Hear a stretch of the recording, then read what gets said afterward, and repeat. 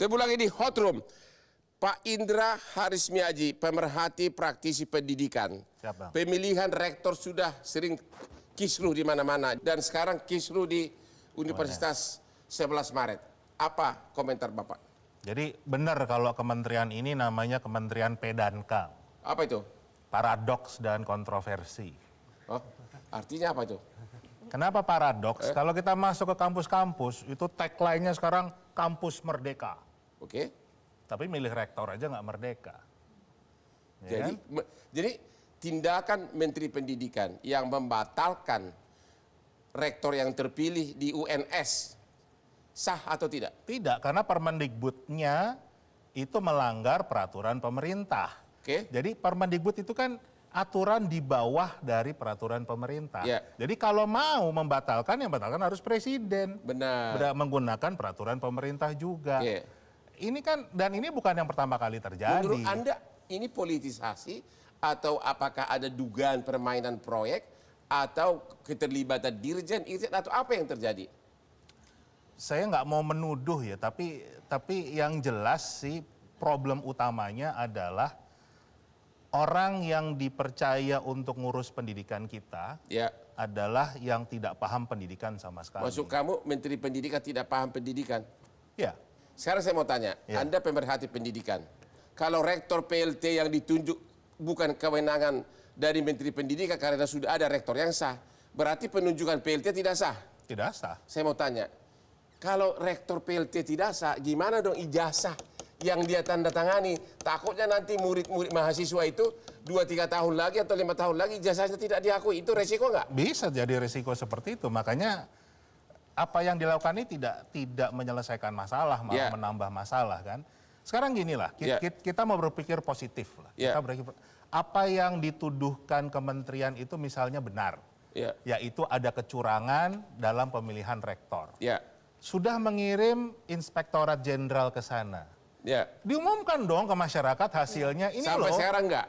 ini kan berarti ada di dalam kamar gelap nih Ya. hasilnya. Akhirnya jadi bola liar kemana-mana. Jadi bola liar kemana-mana. Jadi gimana kita mau mempercayai pemerintah dalam mengambil keputusan kalau mereka yang harusnya bertanggung jawab kepada rakyat, pada masyarakat, nggak menjelaskan kenapa ngambil langkah Jadi ini. Anda mengatakan Menteri Pendidikan sekarang tidak punya nyali untuk membeberkan alasan dia membatalkan rektor terpilih.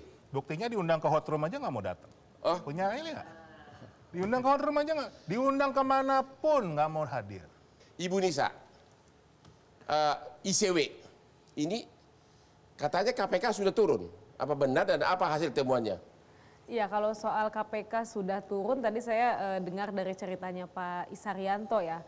Tapi kalau yang sependek yang saya tahu, memang ini belum ada konfirmasi secara jelas dari KPK mengkonfirmasi bahwa KPK sudah turun ke UNS atau ada proses penyidikan yang berjalan, itu belum ada konfirmasi sampai hari ini.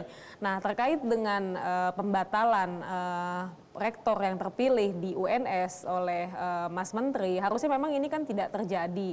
Mengingat sudah ada peraturan dari pemerintah dan harusnya ya ikuti saja prosesnya, terlebih juga status kampusnya adalah PTBH begitu ya, yang harusnya otonomi diserahkan kepada kampus.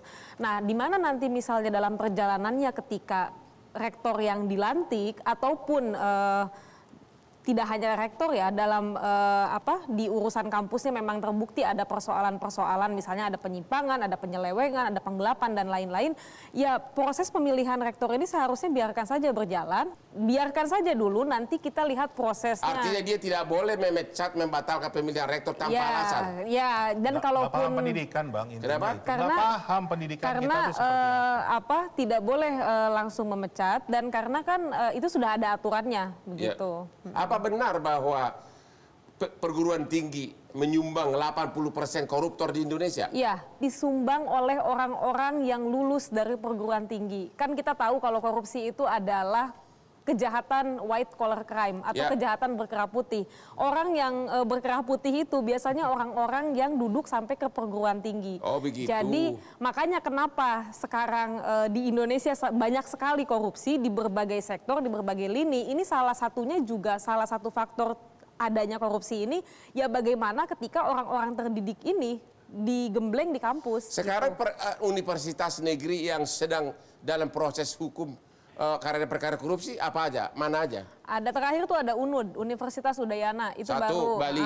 Terus Kedua? yang sebelumnya lagi yang rame lagi ada Unila, Negeri Unila Lampung. Ya, Tiga? itu dua itu yang lagi rame, Bang. Lagi rame? Lagi rame kemarin dalam 1-2 tahun terakhir ini, dan itu kerugian negaranya nggak tanggung-tanggung. Iya, berapa? Kalau untuk yang Udayana itu kerugian negara itu mencapai 105 miliar. Oh ya? Ya, itu dari kasus sumbangan pengembangan institusi. Ini juga yang harus dikritisi sebetulnya oleh berbagai pihak ya, termasuk oleh mahasiswa di dalam kampus harus dicek. Juga orang tua mahasiswa harus ngecek. Ketika misalnya kampus meminta sumbangan kepada mahasiswa, itu harus dilihat ada dasar hukumnya nggak. Itu yang gitu. Unila itu dari sumbangan itu? Itu dua-duanya sama, Bang. Suap penerimaan mahasiswa yang Suap penerimaan mahasiswa? Ya, itu yang di Unila. Jadi Unila itu rektornya memasang tarif dari mulai 10 juta sampai 150 juta untuk penerimaan mahasiswa baru. Penerimaan mahasiswa mandiri namanya. Kenapa? Jalur mahasiswa mandiri. Karena kan ini banyak nih, Bang, jalurnya masuk kampus kan. Jalur mandiri ini biasanya, Bang, yang banyak celah korupsinya. Jalur mandiri ada nggak permainan di sana?